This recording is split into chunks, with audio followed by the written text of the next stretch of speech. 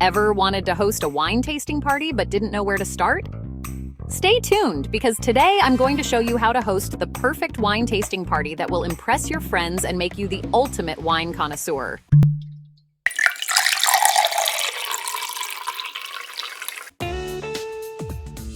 Hello, wine lovers!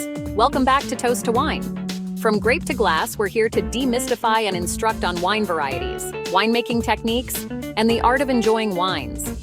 Today, we're diving into the exciting world of wine tasting parties. Whether you're a seasoned wine enthusiast or a complete beginner, this guide will help you host a memorable and enjoyable wine tasting event. Let's start with the basics, selecting the wines. And by the way, this video is packed with great tips and ideas all the way to the end, so get your notepad ready. Continuing on, for a beginner's wine tasting party, I recommend choosing a variety that showcases different styles and regions. Aim for a mix of reds, whites, and maybe even a sparkling wine to keep things interesting. You don't need to break the bank. There are plenty of affordable options that are perfect for tasting. For example, if you're looking for a crisp, refreshing white, try a Sauvignon Blanc from New Zealand, like Oyster Bay, which usually costs around $12 to $15.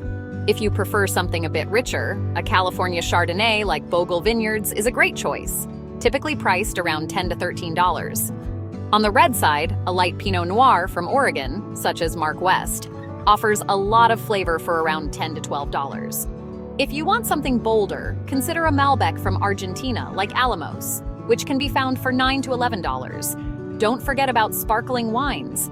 A Prosecco from Italy like La Marca is an excellent choice that's often available for $13 to $16. These selections are not only budget-friendly, but also provide a diverse tasting experience for your guests.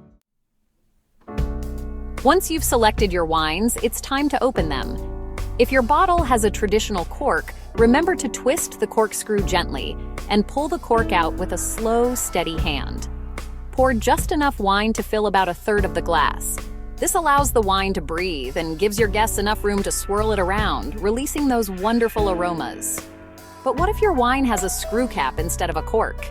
There's often a stigma around screw top caps, with some people thinking they're a sign of lower quality wine. In reality, screw caps are perfectly fine and in many cases better at preserving the wine's freshness. They're easy to open and don't require any special tools, making them a convenient option for your tasting party. So don't hesitate to include wines with screw caps. They're just as enjoyable and can still offer a fantastic tasting experience. Now, let's talk about the order of tasting. Typically, you'll want to start with lighter wines and progress to heavier ones. This means beginning with sparkling or white wines and then moving on to reds. When it comes to reds, start with lighter varieties, like a Pinot Noir. Pinot Noir, such as one from Oregon's Willamette Valley, is a great choice for its delicate flavors and smooth finish. As you move through the tasting, you can gradually introduce bolder reds. A good next step might be a Merlot, which has a bit more body but is still approachable, like a bottle from Columbia Crest in Washington State. Finally, finish with the boldest reds, like a Cabernet Sauvignon or a Syrah. A California Cabernet, such as one from Napa Valley's Robert Mondavi, offers rich flavors and complexity that can stand up to a wide range of foods. This progression helps to keep your palate fresh and allows you to fully appreciate the nuances of each wine. No wine tasting is complete without the right pairings. Cheese, fruits, nuts, and even chocolate can enhance the flavors of the wines you're serving. Arrange these snacks on a platter so your guests can experiment with different combinations. For white wines, a crisp Sauvignon Blanc pairs beautifully with tangy goat cheese or fresh green apple slices. If you're serving a Chardonnay, try pairing it with creamy brie or roasted nuts. The buttery notes of the wine complement these rich flavors perfectly. For reds, start with lighter options like Pinot Noir. This wine pairs wonderfully with mild, earthy cheeses like Gruyere or Camembert. You could also serve it with dried cherries or strawberries, which highlight the wine's fruity undertones. As you move to bolder reds, like a Merlot or Cabernet Sauvignon, consider pairing them with stronger aged cheeses like sharp cheddar or blue cheese. Dark chocolate is another excellent match for Cabernet, enhancing its deep, rich flavors. For something heartier, pair these wines with savory bites like charcuterie, especially salami or prosciutto. The possibilities are truly endless. To make your wine tasting even more interactive, provide tasting cards for your guests.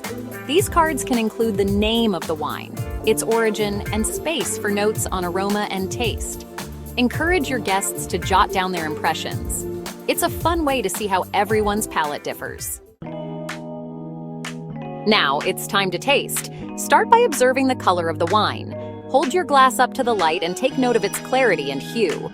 Is the color pale and golden or deep and ruby red? This can hint at the wine's age and variety. Next, gently swirl the wine in your glass. As the wine settles, observe the legs or tears that form on the inside of the glass. These are the streaks of liquid that run down after swirling, and they can give you an idea of the wine's alcohol content and viscosity. Thicker, slower-moving legs usually indicate a higher alcohol content or sugar level. Now, bring the glass to your nose and take a deep sniff. With white wines, you might notice fresh, citrusy notes like lemon or green apple, floral scents like honeysuckle, or even tropical fruits like pineapple. Reds, on the other hand, often present aromas of dark fruits like blackberries or cherries, spices like cinnamon or pepper, and sometimes earthy notes like leather or tobacco. Finally, take a sip and let the wine linger on your palate before swallowing. Try to identify the flavors. Are they crisp and zesty, like you'd expect from a white wine, or rich and bold, as is common with reds? Also, pay attention to the wine's texture. Is it light and refreshing or full-bodied and smooth? Consider the finish as well. How long do the flavors last, and what notes linger as the wine fades? Hosting a wine tasting party is all about enjoying the experience, learning something new, and most importantly, having fun with friends. Don't stress too much about the details. After all, wine is meant to be enjoyed. So gather your friends, pour some wine, and savor the journey of flavors. Thanks for joining me on this beginner's guide to hosting a wine tasting party. I hope you're feeling inspired and ready to host your own event. Questions? Leave them in the comments section below. If you found this guide helpful, please give it a thumbs up and share it with your fellow wine lovers. Click on one of these videos now to continue your wine journey. If you found this video helpful, please give it a thumbs up. Subscribe to our channel and hit the bell icon to stay updated with our latest videos. If you have any questions or topics you'd like us to cover, leave a comment below. Until next time, may your wine adventures be as rich and diverse as the wines you discover. Toast to wine!